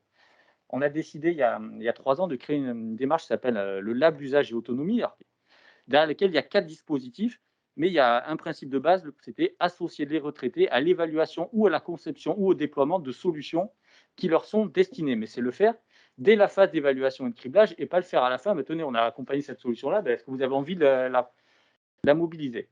Donc le Lab Usage et Autonomie, c'est un ensemble de 4 dispositifs. Alors, le premier s'appelle le Silver Lab. Le Silver Lab, c'est confronter des idées d'entrepreneurs à des panels de retraités sous forme soit de focus group, soit sous forme de Living Lab, suivant le type de solution. À chaque fois, on opère les dispositifs avec des prestataires spécialisés par le sujet. Alors, si je reprends la définition que j'ai entendue du tiers-lieu, on est un dispositif qui peut être assimilé à un tiers-lieu, vu qu'on est sur l'ensemble du territoire, qu'on confronte les solutions, les usages et les bénéficiaires. Deuxième dispositif, et je salue la Fondation I2ML qui est avec nous, qui s'appelle le Lab EHPAD. C'est un dispositif qu'on a créé ensemble, qui partait d'un constat très simple, qui était de dire, pour qu'une solution fonctionne en EHPAD, il faut qu'elle réponde aux envies et des résidents et des salariés. Et quand je parle des envies des salariés, je ne parle pas de la direction, je parle de l'animatrice, de la lingère, des personnes. Donc, on est allé immerger les équipes d'I2ML dans une de nos filiales EHPAD, le groupe MBV, pour faire remonter les envies communes des salariés et des résidents. Et à partir de ces envies communes, on a réalisé 3 appels à projets sur lequel on a associé encore une fois les résidents et les salariés à côté des experts au choix des solutions qui leur étaient destinées. Et on a lancé une évaluation d'usage et aussi une évaluation du modèle économique de celle-ci. On est à la phase, on va dire, du premier cycle du LabEPAD. On va relancer le LabEPAD, ce que j'ai appelé 2.0 bientôt avec les équipes de Jean-Marc. Mais en tout cas, les résultats sont fascinants et on a pu évaluer des solutions de stimulation cognitive comme celle d'Anicen qui sont présentes, des solutions sur le port de charges lourdes et répétitives. Voilà, le port de charges lourdes et répétitives, c'est quelque chose dont on ne parle jamais nulle part. Et quand vous interrogez des salariés en EHPAD, je parle des salariés encore une fois qui pratiquent, c'est la première thématique qui remonte de chez elles. Et enfin, le troisième cycle d'évaluation était est en cours sur l'animation et le lien social en EHPAD. Et nous sommes en train d'évaluer 5 solutions aujourd'hui. Ce qui est important dans notre dispositif, je parle très vite des 2 autres après, c'est qu'on ne fait pas de l'évaluation pour l'évaluation. On le sait tous, Jean-Marc l'a redit tout à l'heure quand il nous a accueillis chez I2ML. En France, il y a du budget pour l'expérimentation, il y a du budget pour l'évaluation. Par contre, dès qu'on arrive sur la phase de run ou sur la phase de prestation de service, c'est beaucoup plus compliqué et encore plus en établissement où il n'y a pas de ligne budgétaire sur ces sujets-là. Donc, ce qu'on fait dans notre dispositif, c'est on les intègre. C'est un continuum entre le lab usage autonomie et notre politique de service. Les démarches qui sont évaluées, les produits qui donnent satisfaction, on les finance ensuite en prestation de service. Si c'est en établissement, on les finance pour des établissements partenaires. Si c'est pour des particuliers, on le prend en charge sur un panel de bénéficiaires qu'on a besoin. On est bien dans le continuum évaluation-service. Troisième dispositif du lab usage et autonomie, ce qu'on appelle le domiciliable. Alors, on l'opère toujours avec I2ML, donc je ne dis pas ça parce qu'ils sont là, mais parce que c'est la réalité. Ils sont formidables. Oui, ils sont très bons, il faut le dire. Donc, le domiciliable, ça vise à travailler sur le maintien à domicile d'eux-mêmes et sur 6 thématiques. C'est un recueil plutôt de bonnes pratiques que sont l'alimentation, l'activité physique adaptée, les approches non médicamenteuses, le lien social et les 2 autres, pour le moment, m'échappent, ça me reviendra. Et enfin, la 4e composante du lab EHPAD, du lab usage et autonomie, et celle qui boucle la boucle, c'est ce qu'on appelle le lab pépite.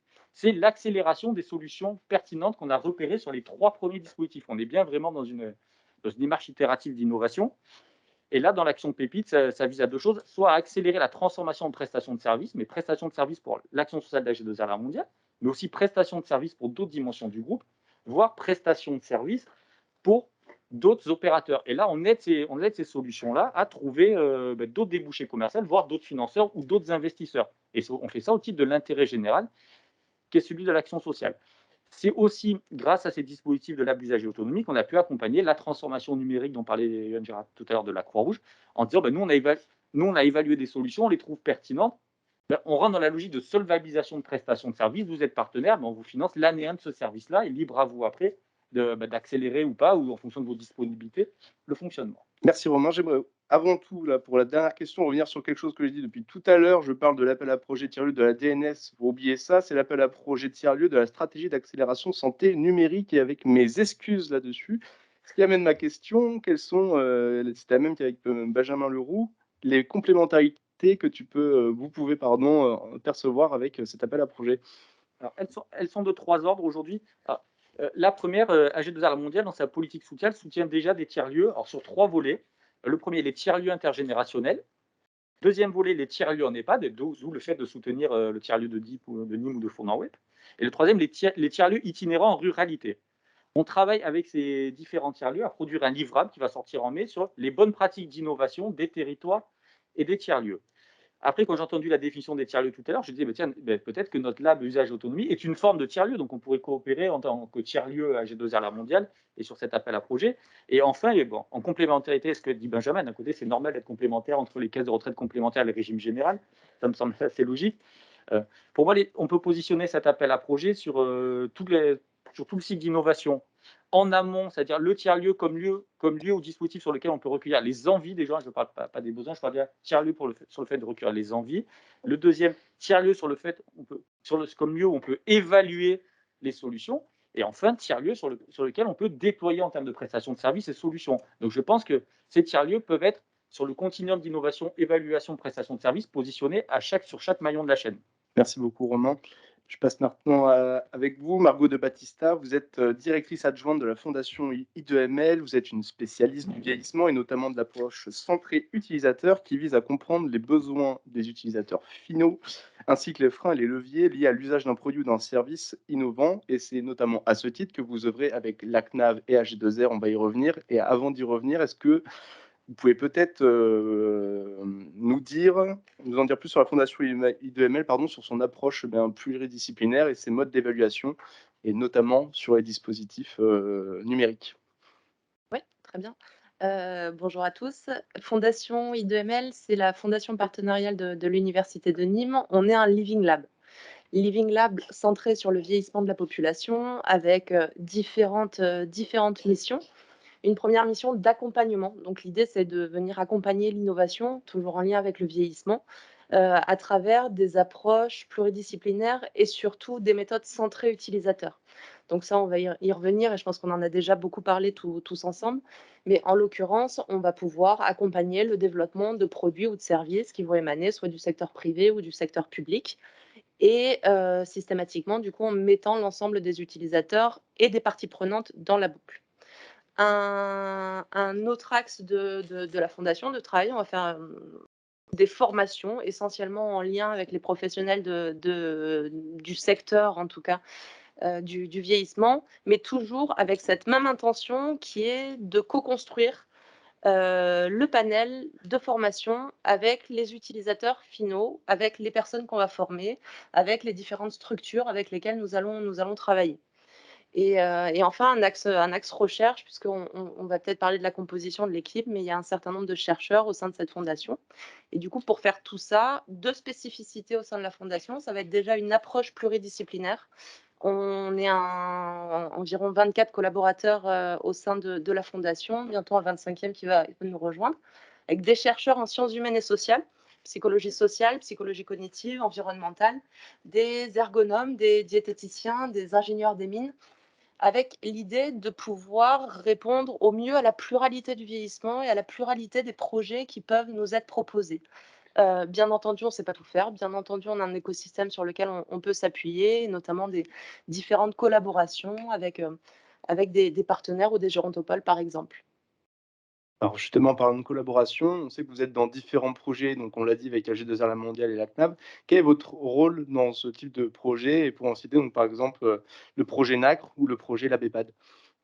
Très bien. Bon, du coup, au vu de la composition de la table ronde, je vais essayer de pas trop dire de bêtises, mais en l'occurrence, je vais commencer par le projet NACRE, donc un projet commandité par la CNAV en collaboration avec le Gérontopole de Toulouse et le PGI de Bourgogne-Franche-Comté, où l'idée de ce projet, ça va être de proposer des temps de prévention à 2 types de publics, des jeunes retraités en situation de précarité économique et des retraités du régime général qui bénéficient d'une intervention d'aide à domicile. Pour proposer ces temps de prévention, on va s'appuyer notamment sur l'application ICOP Monitor, qui est une application développée par le Gérontopole de Toulouse en collaboration avec l'OMS, qui vise un repérage précoce, on va dire, du déclin des capacités fonctionnelles des personnes âgées. Donc l'idée, c'était de se dire, on va pas arriver avec un temps de prévention qui est déjà défini, où on sait exactement ce qu'on va dire, de quoi on va parler, mais ça a été de réfléchir avec l'ensemble des parties prenantes, qu'est-ce qu'il est important de pouvoir proposer à ces retraités dans le cadre de ces temps de prévention, et qu'est-ce qui est aussi faisable de faire. Donc du coup, autour de la table, à différentes étapes du processus, on a pu réunir bien entendu des personnes âgées, bien entendu des professionnels qui seraient à même ensuite de venir porter ces temps de prévention, donc des professionnels de l'aide à domicile et de l'évaluation.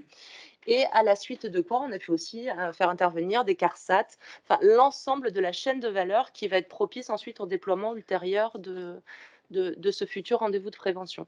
Donc ça, c'est en cours. On a pu déjà tester un certain nombre de temps, notamment auprès des structures évaluatrices, mais c'est un projet qui n'est pas encore terminé. Pardon, je m'étouffe. Et du coup, l'ABEPAD. Alors, l'ABEPAD, Romain Gano en a déjà pas mal parlé, peut-être plus pour essayer d'illustrer de façon assez concrète comment ça se passe et comment on a pu en tout cas intervenir sur ces différentes étapes. On a parlé d'immersion, ça a tout à fait été le cas. On a réuni une dizaine de collaborateurs qui se sont un peu dispatchés dans plusieurs EHPAD du groupe MBV. Alors, il y en a dont je faisais partie, et d'ailleurs, pour ne pas le citer, Mathieu Faure également à l'époque, qui ont eu plutôt la partie mer, hein, je crois que c'était Cap d'Agde pour les immersions.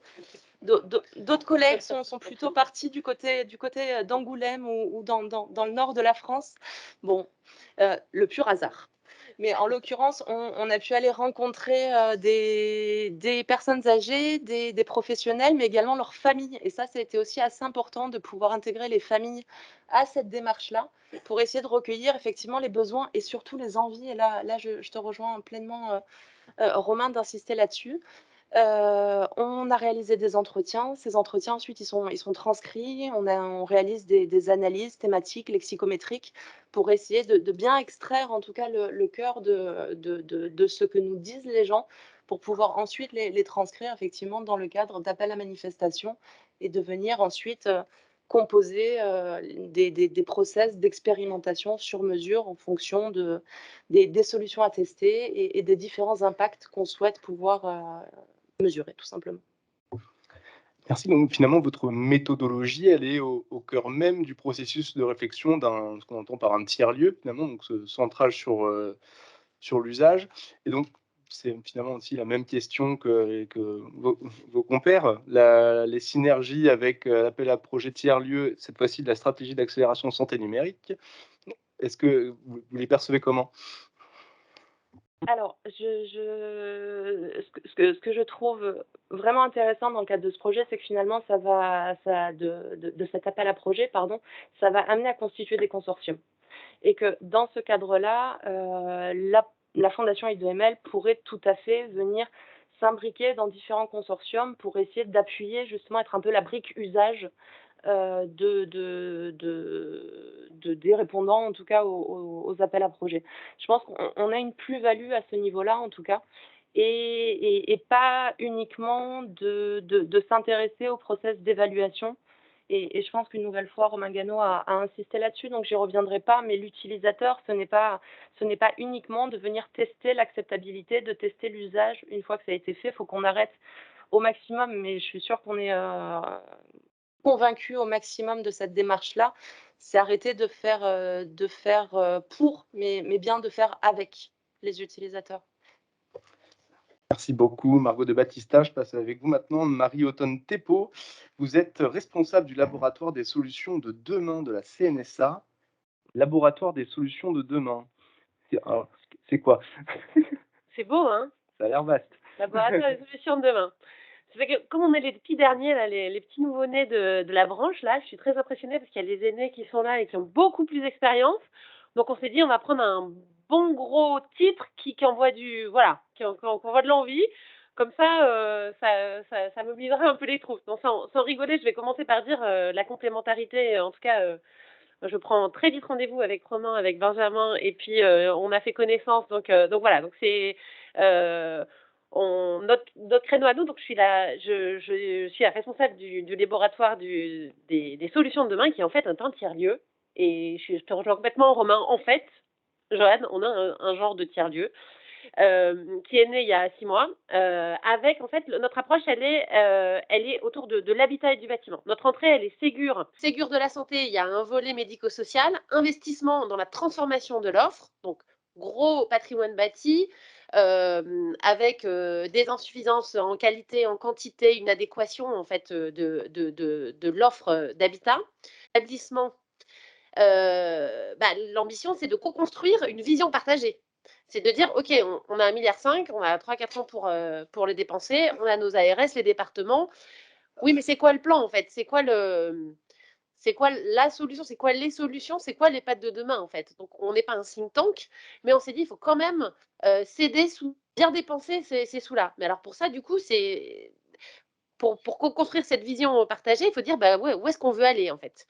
Et ça, cette évolution de l'offre, elle ne peut se construire, donc là, on est totalement qu'à partir des besoins des personnes, des besoins et des usages qui sont ceux des professionnels, des personnes accueillies, des familles, mais aussi des spécificités des territoires. Parce qu'on n'est pas l'EHPAD de demain, ni en charge de produire un référentiel unique. C'est toujours hyper tentant d'avoir des référentiels très normés et on coche les cases. C'est rentrer dans une autre dynamique et de dire, en fait, quelles sont les bonnes questions à se poser pour être pour être complètement au rendez-vous des besoins et de l'évolution des besoins et de tricoter avec les territoires et avec les protagonistes. Donc, grosso modo, c'est qui le labo? Parce qu'il y a Joanne Girard, il y a Marine Royer, il y a en fait des personnes. On a fait un appel à candidature national. On a eu plus de 100 candidatures, on en a pris 30 qui sont, alors c'est pas un panel représentatif, mais enfin voilà, c'est des personnes qui sont là, institut personae, qui viennent d'horizons très divers, qui viennent du privé lucratif, qui viennent de l'associatif, du public. On a des architectes, on a des universitaires, donc qui viennent plutôt du champ du bâtiment, du bâti, du design. On a des personnes qui viennent de l'université de la recherche, je disais, du monde du soin et de la santé, et puis des gestions d'établissements, donc des directeurs d'établissements, encore une fois, de taille et d'ambition un peu différentes. Et donc, notre entrée, je vous disais, elle est bâtimentaire. Et, comment on s'y prend? Parce que du coup, le paysage, il est, vous l'avez vu, il est luxuriant, il y a plein de choses. Donc, qu'est-ce qu'elle a apporté, la petite CNSA là, qui arrive, 5e branche, tout, on a des sous, comment on fait et comment on y va? Et comment on y va avec les ARS et avec les départements, puisque nous, c'est avec eux qu'on travaille, et avec tout le monde. Donc, du coup, voilà, notre format de lab, c'est un format d'innovation ouverte. Jusqu'ici, voilà, tout va bien. En fait, on définit ensemble les grands axes de travail, et l'idée, c'est d'avoir des productions de communs transférables pour monter en qualité, mais de façon quantitative à l'échelle de toute la France, et d'aller chercher justement des inspirations, inspirer, outiller, challenger les projets, être des aiguillons et des catalysateurs pour diffuser et généraliser. Donc, on a plein de trucs à se dire. Toutes ces méthodes de co-construction et toutes ces notions d'assistance à maîtrise d'usage dans les projets de lieu de vie qui seront financés par la puissance publique.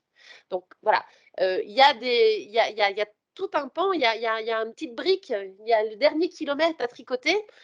Et donc, avec les ARS qui nous disaient, OK, donnez-nous un peu qu'est-ce qu'il faut qu'on favorise, comment on va travailler avec les organismes gestionnaires et les projets, ils nous arrivent, comment on va discuter, comment on va les co-construire. Pas forcément les attendre, mais du coup aller au dialogue.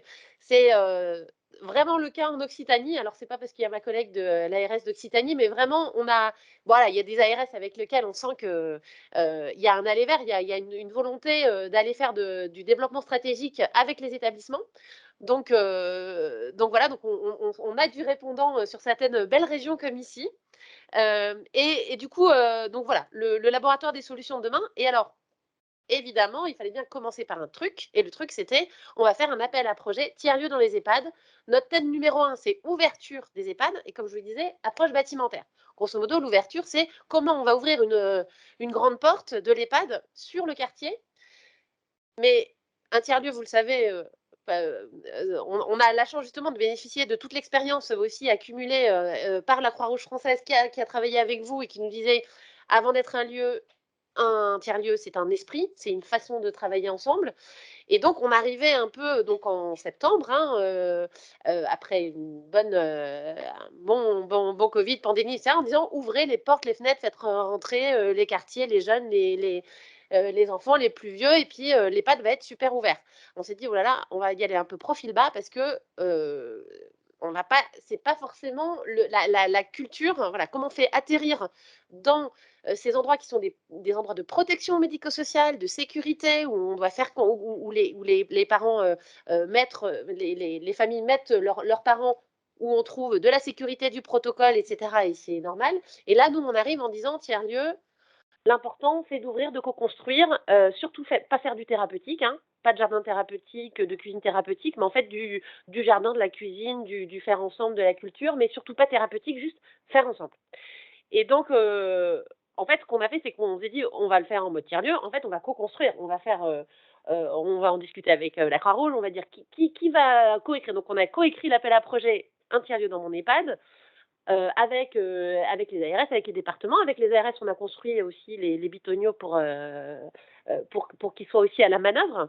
Et donc, on a eu un succès, donc c'était en septembre, et là, on a eu un succès inattendu. On a eu plus de 370 projets en France et Outre-mer, avec des super beaux projets, 109 canons. et on avait de l'argent pour une trentaine, quoi. Et donc, du coup, c'était hyper intéressant parce que dans le jury, on a aussi mixé des regards de gens qui venaient de France Tiers-Lieux et de l'univers des tiers-lieux et des gens qui venaient de l'univers EHPAD. Pour dire, voilà, comment ça atterrit, parce que c'est bien beau votre concept là, mais concrètement, la norme incendie, tout ça, les horaires, nos vieux, ils sont pas en super capacité d'interaction toujours. Et puis, vous nous dites, ce qui est intéressant, vous nous dites dans l'appel à projet, co-construisez, l'important c'est aussi la désirabilité, le territoire, ce que tu disais, c'est-à-dire que qu'est-ce qui fait qu'on va venir en fait faire des trucs avec les personnels, avec les résidents. Donc construisez un espace de possible. Oui, mais en même temps, il faut que j'en sache un peu concrètement ce que vous allez faire en animation. Donc on leur disait, faites de la co-construction, mais dites-moi ce que vous allez co-construire là, et puis vous avez 3 semaines. Donc voyez, en tout cas, on a lancé le truc et on s'est dit, si ça se trouve, il y a un appétit, une envie, un terrain à labourer. Et de fait, voilà, on a eu cet engouement-là.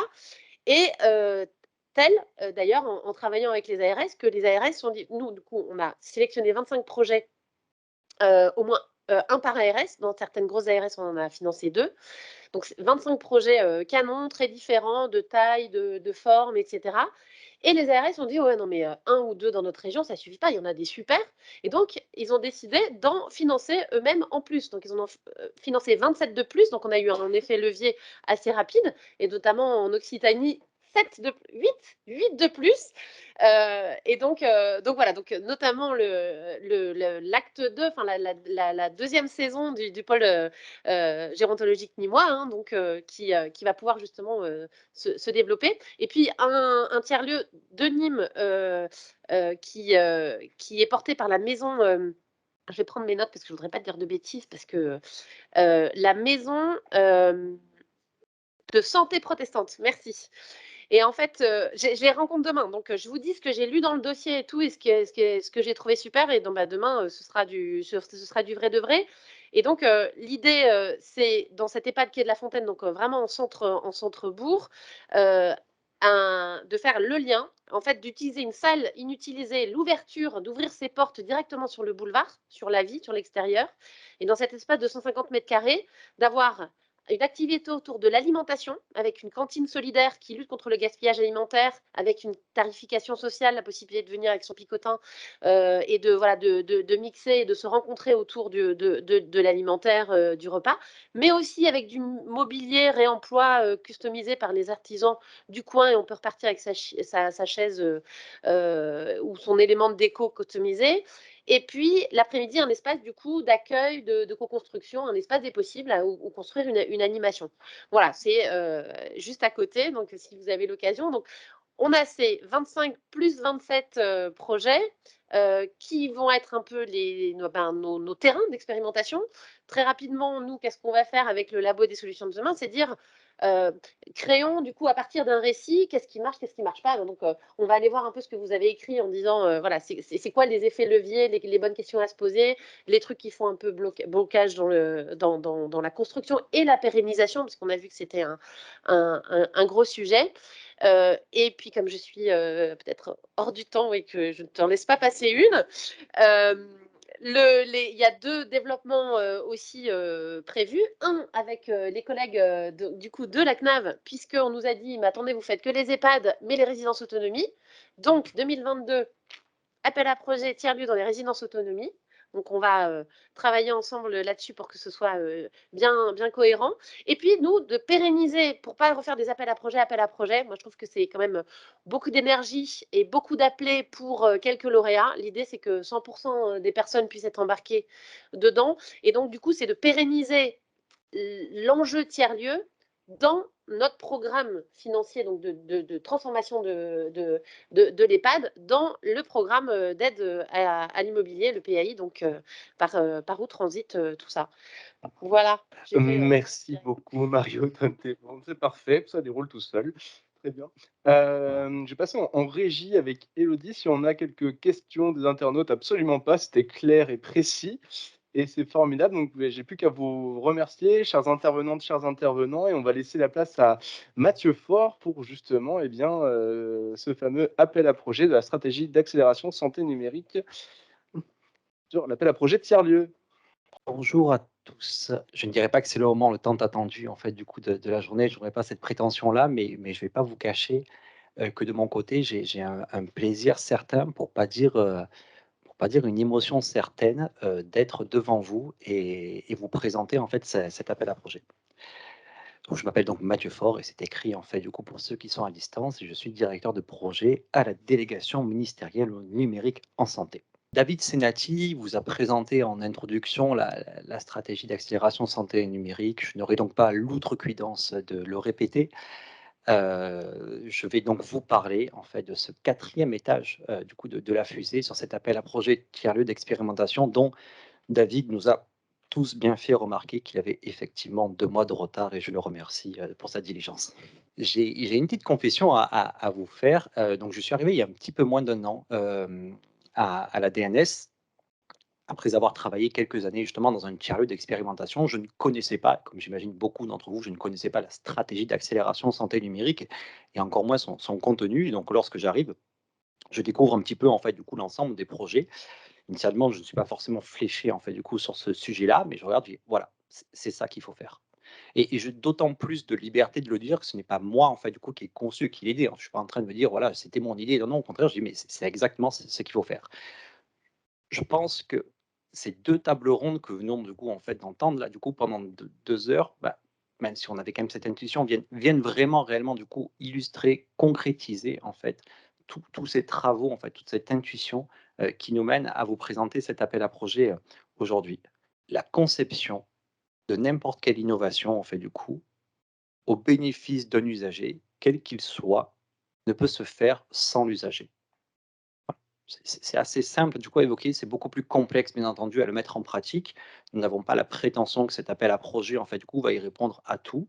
Du coup en fait nous espérons juste qu'aux côtés des différents partenaires en fait du coup des acteurs locaux ou nationaux que nous avons pu entendre pendant 2 heures, la stratégie va y apporter cette pierre à l'édifice. Elle n'a pas vocation du coup à les remplacer, du coup en fait à les encadrer, elle a vocation à prendre sa place.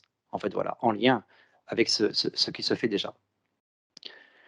Cet appel à projet, en fait, du coup, qui vise à la création de tiers-lieux d'expérimentation, il faut vraiment voir le tiers-lieu d'expérimentation et une fois de plus, c'est d'autant plus facile pour moi, après tout ce qu'on vient d'entendre, non pas forcément comme la définition du MIT sur un tiers-lieu, juste un lieu physique, en fait, avec des machines ou autre. C'est vraiment une démarche. C'est vraiment une démarche où comment on arrive, si possible dès la conception, mais au moins dans les phases, en fait, du coup, un peu plus élaborées, et au minimum dans l'évaluation, à impliquer les bénéficiaires, les patients, les usagers. Comment on arrive à ce que tout ce que l'on produit réponde à des besoins réellement du coup concrets, mais également à des pratiques professionnelles, quelles qu'elles soient. Pas forcément en fait du coup la vision que celle peut avoir le médecin, en fait, ou encore moins le personnel du coup dans son ministère, mais l'ensemble, l'aide-soignant, du coup, le pharmacien, bref, la personne qui va du coup en fait changer du coup le mobilier. Enfin bref, il faut vraiment absolument qu'on garde toujours en tête que les conceptions de n'importe quelle innovation doivent être impliquées avec tous les parties prenantes. Et donc pour cela, on s'est dit finalement, ce qui nous importe nous, c'est quoi? Ce qui nous importe, c'est bien entendu favoriser l'innovation. Ce qui nous importe, c'est que demain, on ait des solutions en fait qui répondent aux besoins. Donc, ce qui nous importe donc, c'est de faire émerger en fait ces nouveaux dispositifs en fait numériques innovants au bénéfice de tous et toutes. Mais cette réussite-là, elle ne peut se faire en fait du coup sans les bénéficiaires en fait du coup sans les pratiques. Et donc le premier constat en fait du coup qu'on a essayé de résoudre, c'est on va créer en fait du coup des tiers-lieux au sein des structures en fait sanitaires, médico-sociales, médecine de ville, et on va leur donner les moyens déjà en fait du coup d'animer cela.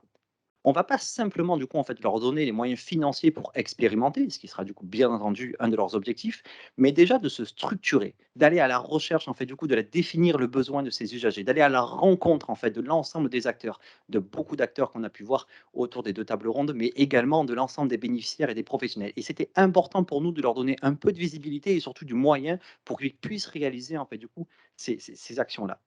Et bien entendu, le 2e financement qui va venir, c'est l'expérimentation. Parce que l'objectif, vous avez bien compris quand même derrière, c'est qu'on puisse disposer de solutions innovantes qui au bénéfice de tous. Et donc, une double structuration dans cet appel à projet, la sélection en fait du coup de tiers-lieux d'expérimentation qui vont avoir du coup un financement dédié pour cette animation, Et ces tiers-lieux d'expérimentation qui ont été lauréats, ils auront accès à une enveloppe dédiée pour venir cofinancer une centaine d'expérimentations du coup au total. Et ceci dans une démarche nationale. Nous visons bien entendu une représentativité des secteurs, en fait, du coup, des territoires, mais il est vraiment capital pour nous que ces tiers-lieux, et du coup, aussi beau, aussi important du coup qu'ils soient, engagent dès la conception une démarche en fait collaborative pour se dire, mais finalement, c'est quoi un tiers-lieu tout simplement en fait, et quel est son modèle économique, quelle est son offre de service, et celle-ci doit se faire bien entendu avec les 30 tiers-lieux qui vont être sélectionnés, mais également avec ceux en fait du coup déjà existants ou à conception de nos partenaires en fait dont nous avons cité CNSA, CNAV, AG2R, Croix-Rouge. Je vais pas forcément du coup en fait tous les citer. Voilà, donc c'est vraiment cette dynamique que nous souhaitons du coup en fait enclencher. Et donc de façon très très opérationnelle, derrière vous allez retrouver un triple financement. Au total, 63 millions en fait du coup d'euros sur 4 ans pour ce tiers-lieu d'expérimentation et le financement des expérimentations. Ça se découpe en une première enveloppe de 29 millions d'euros avec la sélection de 10 premiers tiers-lieux en fait du coup cette année pour atteindre 30 tiers-lieux en 2024. Donc vous allez avoir en fait 3 vagues, une première vague cette année, une deuxième vague l'année prochaine et une troisième vague dans 2 ans. La deuxième du coup enveloppe, elle vient elle cofinancer les projets d'expérimentation. Elle sera donc ouverte aux tiers-lieux qui ont été lauréats pour expérimenter tout simplement des solutions numériques en santé, évaluer leurs bénéfices médico-économiques, évaluer du coup en fait leurs bénéfices d'usage. Et donc 10 projets dès cette première année et nous visons en fait une centaine de projets à l'horizon 2025. Et enfin, je l'évoquais, cette dynamique nationale, nous avons souhaité également pouvoir une partie de ce budget dédié pour nous les accompagner, mais vraiment, on tient vraiment à cette volonté d'accompagnement. On ne tient pas à ce que nous ayons forcément du coup la main sur ces tiers-lieux en disant voilà ce qu'il faut faire exactement, mais plutôt comment les pousser à ce qu'ils structurent, ils se pérennisent une fois de plus en lien avec l'écosystème et puis qu'ils prennent leur envol, leur indépendance en fait, et qu'ils se disent voilà maintenant ça existe et c'est comme cela et nous on sera ravis de voir cela, de certainement continuer à collaborer du coup avec eux, mais sans en garder en fait du coup jamais la main en fait du coup la main mise dessus. Qui peut candidater à cet appel à projet? Alors, toute organisation de soins, du coup, en fait, sanitaire, médico-social, médecine de ville, public, privé. C'était vraiment important pour nous de se dire ces tiers-lieux en fait du coup d'expérimentation, ils doivent se faire au sein même des structures et c'est aussi pour ça qu'on a souhaité qu'il y ait un financement du coup pendant 4 ans, c'est pour permettre à ces structures de soins qui généralement régulièrement font des appels à projets, font de l'innovation, on a pu le voir notamment sur la première table ronde, mais parfois manquent un petit peu de visibilité sur ces financements qui ne leur permettent pas de structurer, qui ne leur permettent pas en fait d'entamer toute cette démarche du coup d'innovation ouverte notamment qui prend du temps en fait du coup et qui demande de la culturation. Bien entendu, ces chefs de structure, ils sont appelés à y répondre en consortium. Un établissement, s'il le souhaite, pourrait y répondre tout seul, mais bon, vous le savez tout autant que moi, en fait, des projets comme cela, ça se mène en fait du coup en équipe et ça se mène avec tout type de structure en fait que le porteur jugera bon du coup d'intégrer. Ça peut être, on les a vus en fait, des grands partenaires en fait du coup nationaux ou locaux. Ça peut être d'autres établissements de santé, ça peut être des incubateurs, ça peut être les ARS, les grades, ça peut être des living labs en fait, ça peut être des chercheurs, ça peut être des acteurs du développement économique. Bref, l'objectif c'est de montrer bien entendu la cohérence en fait du coup la plus-value de chaque acteur au sein même en fait de ce consortium. Et qu'est-ce que nous attendons en fait du coup de la part des candidats? Forcément, c'est un peu évident, mais c'était pour nous important du coup de le rappeler, une certaine expérience déjà, qu'ils n'aient pas découvert l'innovation en santé en fait, ce matin en découvrant l'appel à projet, mais qu'ils puissent surtout nous prouver qu'ils ont déjà une méthodologie en fait du coup une approche scientifique, qui va être de définition en fait du coup des besoins jusqu'à l'évaluation bien entendu, médico-économique. Qu'ils puissent nous montrer quelle va être l'équipe mobilisée, tant l'équipe interne, mais également l'équipe en fait du coup chez les partenaires. Quelles sont les cohortes et professionnels qui vont pouvoir en fait du coup intégrer, en fait mobiliser dans le cadre de ces co-conceptions, dans le cadre de ces évaluations et également les premiers projets pressentis. Je m'explique. Dans cet appel à projet, vous avez pu le voir, la première dimension, bien entendu, c'est de choisir 30 tiers-lieux d'expérimentation et donc 10 la première année. Nous souhaitons 100 projets d'expérimentation. Nous allons donc demander aux structures qui candidatent dès cette année déjà de nous proposer des expérimentations. Et ce, du coup, en fait, pour au moins 2 raisons. Premièrement, ça va nous permettre aussi de mieux comprendre du coup la structure qui candidate. Une structure qui candidate, qui nous propose déjà une méthodologie, un consortium, en nous proposant également des projets d'expérimentation, ça va nous permettre à nous de mieux comprendre, de mieux définir comment elle travaille, ce qu'elle a prévu. Mais également, si on s'aperçoit que ces projets d'expérimentation ont une vraie plus-value, alors si la structure candidate est choisie et si les expérimentations, du coup, en fait, qu'elles nous présentent sont également du coup de bonne qualité, alors nous pourrons du coup aller assez vite et financer les premiers projets d'expérimentation tout de suite. Ce qui veut dire les structures en fait du coup, candidates tout de suite à appel à projet tiers-lieu et nous proposent 2-3 expérimentations à la fois pour que nous on puisse voir puis potentiellement qu'on puisse les financer automatiquement afin d'aller du coup en fait plus vite. Donc les dates que vous devez retenir, l'appel à projet est publié. Alors, je me tourne en fait vers toutes les petites mains que je remercie en ce moment même. Je crois que pendant, oui, j'ai un fou super, merci. Donc, je crois qu'il est aujourd'hui là depuis 2 minutes accessible. Depuis, n'y allez pas tout de suite. Non, depuis accessible sur en fait le site, au moins donc le lien sur le site de Genus. Donc voilà, c'est vraiment quand je dis c'est du direct, hein, c'est qu'il y a toutes ces mains depuis 1 heure ou 2 heures qui s'activent.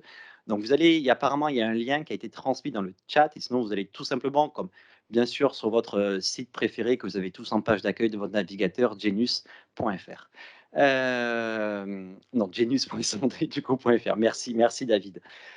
C'était pour savoir si certains du coup suivaient et je m'aperçois que vous ne l'avez pas encore tous mis en favori. Donc voilà, l'appel à projet du coup est sorti maintenant. Vous allez avoir jusqu'au 25 mai pour y répondre. Donc du coup 3 mois. Ça nous paraît, bien sûr, c'est à la fois du coup en fait jamais assez pour construire en fait du coup des projets ambitieux. Cependant, on s'adresse à vous toutes et vous tous qui connaissez déjà les sujets, qui êtes déjà impliqués dans des projets. Donc on estime qu'en 3 mois, c'est possible en fait, c'est réalisable du coup pour vous. Et du coup, nous organisons un webinaire dans 1 mois pour déjà en fait répondre à votre première question, à vos questions. Et donc nous annoncerons les lauréats à la fin de l'année vraisemblablement, puis ensuite une 2e vague en 2023 et une 3e vague en 2024. Voilà, donc je vais pas forcément du coup répondre à toutes vos questions ici, je vais surtout vous laisser découvrir, ce cahier des charges. Voilà, du coup découvrir cet appel à projet assez ambitieux. Je vous donne plutôt en fait du coup rendez-vous, dans 1 mois, donc pour un webinaire qui sera dédié. Pourquoi 1 mois? Beh, ça va vous laisser le temps, vous, de le découvrir, de commencer à y réfléchir, à aller voir vos partenaires. Vous ne le voyez pas, mais je vois déjà dans la salle beaucoup de téléphones en fait du coup qui se prennent. Je sens du coup beaucoup de messages déjà en train de s'envoyer. Donc je vous propose de prendre rendez-vous pour répondre à ce moment-là en fait du coup à vos questions sur un événement qui sera dédié. Voilà. Quant à moi, je vous remercie. Je tenais également du coup à remercier ici le président du coup de l'Université de Nîmes pour son accueil, la direction en fait de la fondation I2ML pour nous avoir permis également d'organiser en fait du coup cet atelier. Je vous remercie à tous et je vous donne rendez-vous au prochain événement du Tour de France de la stratégie d'accélération santé numérique qui aura lieu donc à Grenoble. Merci et excellent après-midi.